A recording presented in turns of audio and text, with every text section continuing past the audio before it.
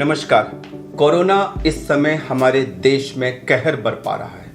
इसके लक्षण क्या हैं और इसका घर पे रह के कैसे इलाज करें, इसके बारे में चंद अहम बिंदुओं को जल्दी हम डिस्कस करते हैं। सबसे पहली चीज, इसके लक्षण क्या हैं। सबको मालूम है कि यह बुखार से प्रेजेंट करता है, लेकिन इस समय कई लोगों में पहला सिम्टम बुखार नहीं होता है। नाक बहना, आंख लाल हो जाना, गले में खराश होना, जुकाम जैसे सिम्टम होना, हेडेक होना, बॉडी एक होना या बदन टूटा टूटा सा लगना, नौशिया, वॉमिटिंग, डायरिया, रैशेस पर जाना, इस तरह के भिन्न भिन्न सिम्टम्स से इस समय ये कोविड शुरू हो रहा है। और कुछ लोगों में बाद में बुखार आता है, कुछ लोगों में बहुत हल्का सा आता है। इंपॉर्टेंट चीज ये है कि आज के परिप्रेक्ष्य में जहां इतना मैसिव इन्फेक्शन कम्युनिटी में है, अगर इनमें से कोई भी सिम्टम आपको हो तो वो कोरोना है, अनलेस प्रूव्ड अदरवाइज। अब इनमें से कोई भी सिम्टम होने की स्थिति में क्या करें? आइडियली हमको तुरंत टेस्ट कराना चाहिए, आरटी-पीसीआर टेस्ट कराना चाहिए। प्रॉब्लम यह है कि इस समय कई जगह आरटी-पीसीआर टेस्ट अवेलेबल नहीं है या उसके लिए वेटिंग लिस्ट है, और आप करा भी लें तो कई जगह 3-3, 4-4 दिन में रिपोर्ट आ रही है। तो जब तक आप रिपोर्ट नहीं आती तब तक क्या करें? सबसे अहम बिंदु इस समय यह है कि कोई भी सजेस्टिव सिम्टम अगर है जो मैंने एन्यूमरेट किए इनमें से, तो आप रिपोर्ट का वेट न करें, तुरंत उसको कोरोना मान के अपने को क्वारंटाइन करें। इस समय जो 3.5-4 लाख के लेवल पे हमारा इन्फेक्शन जा रहा है, उसको रोकने का एकमात्र तरीका यही है कि हर सस्पेक्टेड व्यक्ति टेस्ट की रिपोर्ट आने से पहले अपने को क्वारंटाइन कर ले। अगर आपने ऐसा नहीं किया और 4-5 दिन तक आप अपने को नेगेटिव मान के घूमते रहे कि जब पॉजिटिव डिक्लेयर होगा तब मैं क्वारंटाइन करूंगा, तो उस बीच में आप अपने घर के और अपने आसपास के बहुत सारे लोगों को इन्फेक्शन दे चुके होंगे। इसलिए बहुत अहम बिंदु है कि सस्पिशियस सिम्टम होते ही अपने को क्वारंटाइन करें। उसके बाद ट्रीटमेंट शुरू होता है। आरटी-पीसीआर रिपोर्ट अगर पॉजिटिव आई तो आप कोरोना हैं, लेकिन अगर नेगेटिव भी आई तो सिम्टम्स को हम इस समय कोरोना मान के ट्रीट कर रहे हैं, क्योंकि 30 से 35% केसेस में रिपोर्ट नेगेटिव आती है और आजकल शायद ये नंबर कुछ ज्यादा ही हो रहा है। इसलिए symptoms are corona. Positive report है तो ठीक है, नेगेटिव है तब भी हम उसको कोरोना ट्रीट करेंगे। अब आया ट्रीटमेंट पार्ट।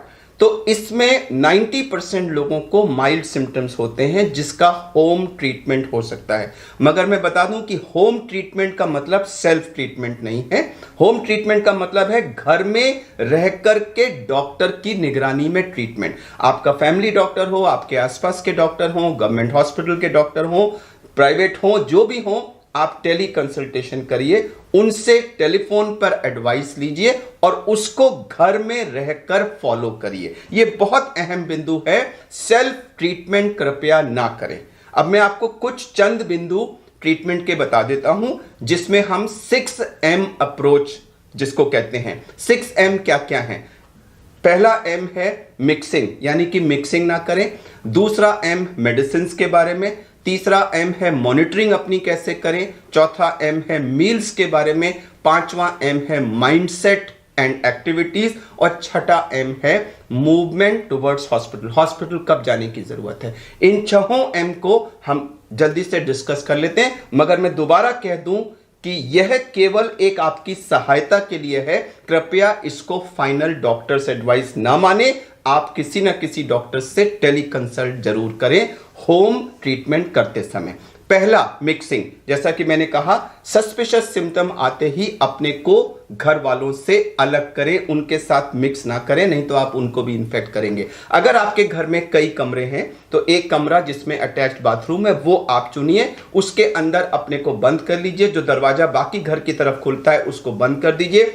अगर उस कमरे में बाहर में खुलने वाली खिड़कियां हैं तो उनको खोल दीजिए। बाथरूम का एग्जॉस्ट ऑन कर दीजिए। इससे आपके सांस से निकलने वाली जितनी भी हवा है, जो एरोसॉल है, वो घर की तरफ जाने की जगह वो बाहर चला जाएगा और घर वालों को संक्रमण का चांस कम हो जाएगा। जो आपका खाना पीना वगैरह आना है वो कमरे के बाहर एक स्टूल रख दीजिए और उस स्टूल पे वो खाना रख देंगे और हट जाएंगे वहां से। आप अच्छी तरह मास्क लगा के दरवाजा थोड़ा सा खोलिए, वो खाना उठा के अंदर ले लीजिए और फिर दरवाजे को बंद कर दीजिए। इससे आप दूसरे लोगों को संक्रमित होने से बचा सकते हैं।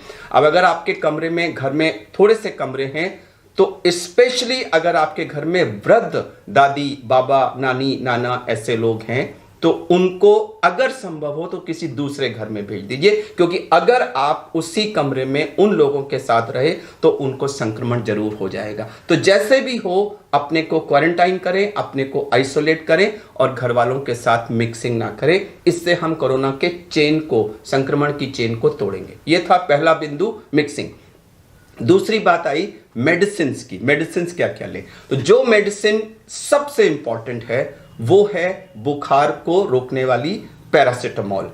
बुखार हल्का भी हो सकता है और 102, 103, 104 तक भी हो सकता है। बीच बीच में आएगा जाएगा ऐसा भी हो सकता है और कंटिन्यूस हाई भी हो सकता है। बुखार से हमारा शरीर एकदम टूट जाता है और उसको कम करना बहुत जरूरी है। तो हम 650 मिलीग्राम पैरासिटामोल को 6-6 घंटे पर लेने के लिए कहते हैं, जिससे प्रायः बुखार उतर जाता है। अगर इसके बाद भी बुखार ना उतरे तो हमें बीच में फिर कोल्ड स्पंजिंग यानी कि ठंडे पानी की पट्टियां हाथ पे और पैर पे और माथे पे रख के बुखार को उतारना बहुत जरूरी होता है।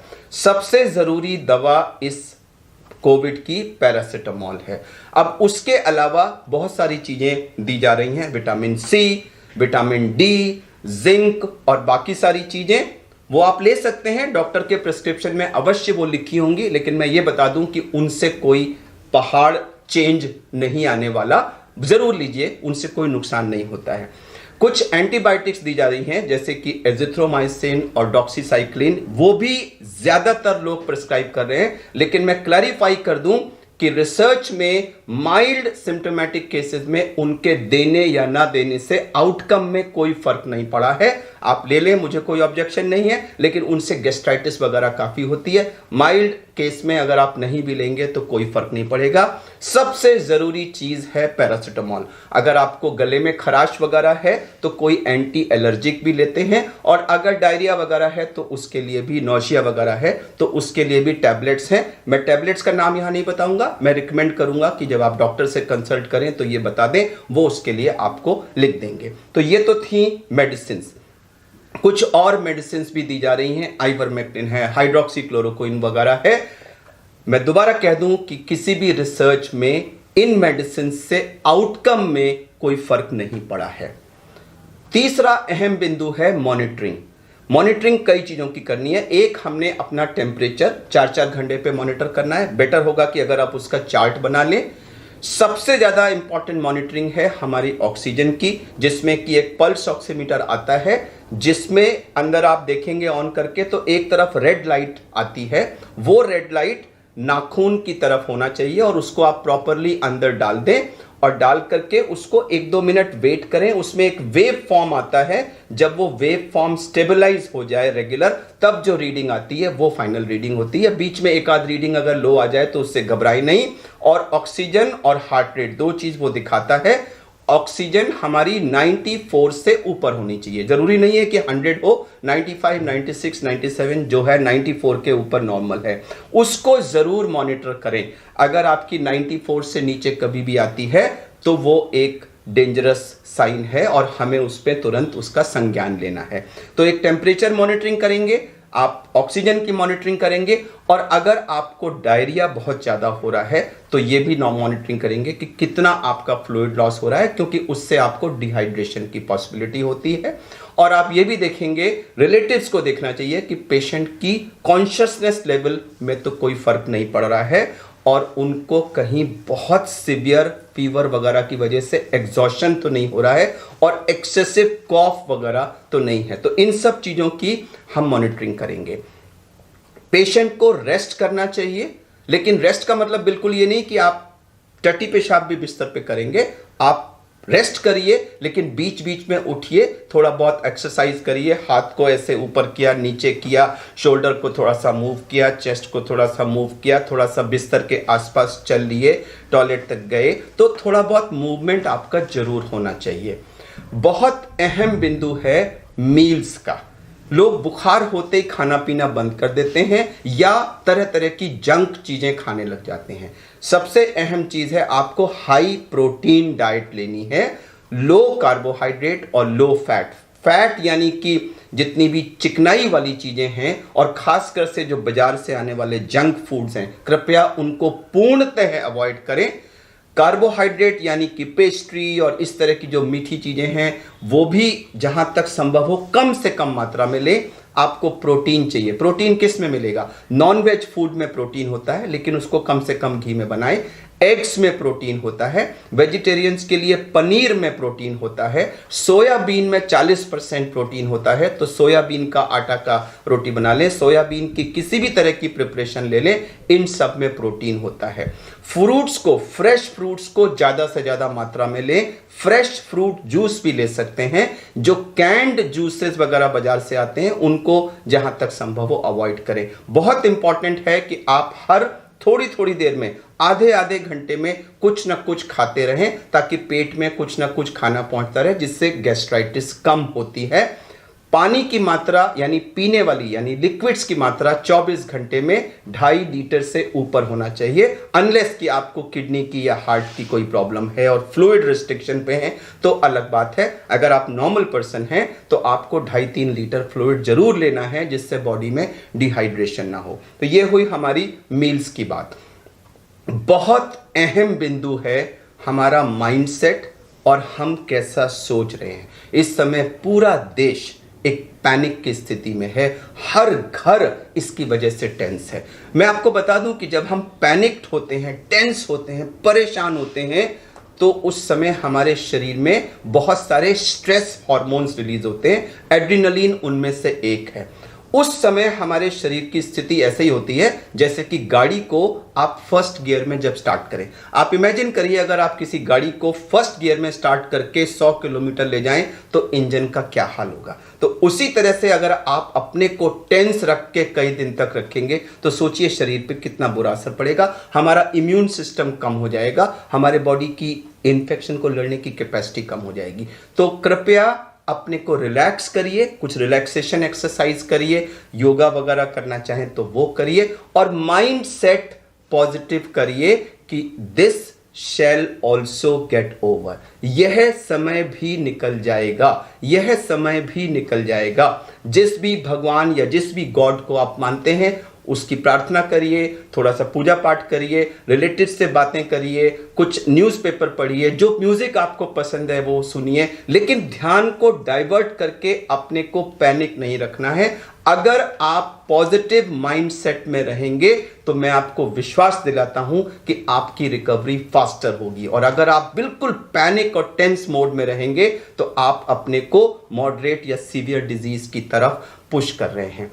अब आखिरी बिंदु आया कि रेड फ्लैग यानी डेंजर साइंस क्या क्या हैं और किस स्थिति में हमें होम केयर को अबैंडन करके अस्पताल भागने की जरूरत है। कभी भी अगर आपका ऑक्सीजन 94 से कम आ रहा है तो आपको तुरंत हॉस्पिटल को संपर्क करना चाहिए। इसका मतलब ये नहीं कि आप 93 आया तो पैनिक करके भागें। अगर 94 से कम हो रहा है तो अस्पताल में बेड अरेंज कराने की प्रक्रिया शुरू करा दें।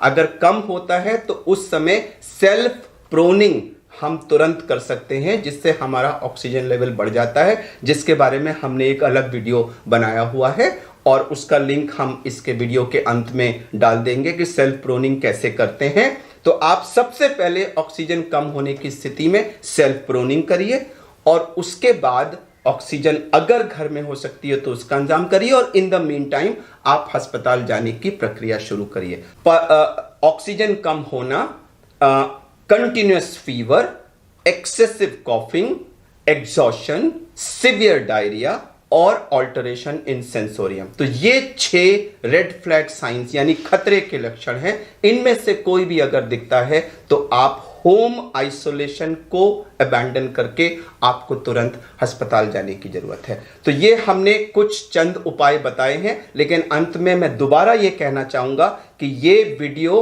डॉक्टर की एडवाइस या रिप्लेसमेंट नहीं है, ये केवल आपकी मदद के लिए है। होम आइसोलेशन का मतलब सेल्फ ट्रीटमेंट नहीं है। होम आइसोलेशन का मतलब है किसी डॉक्टर की टेली कंसल्टेशन के अंडर में घर में स्वयं ट्रीटमेंट। इसमें बताई गई बातें आपको होम ट्रीटमेंट में थोड़ा सा मदद करेंगी। सुनने के लिए धन्यवाद। आपकी जल्दी रिकवरी की कामना करते हुए आपको नमस्कार।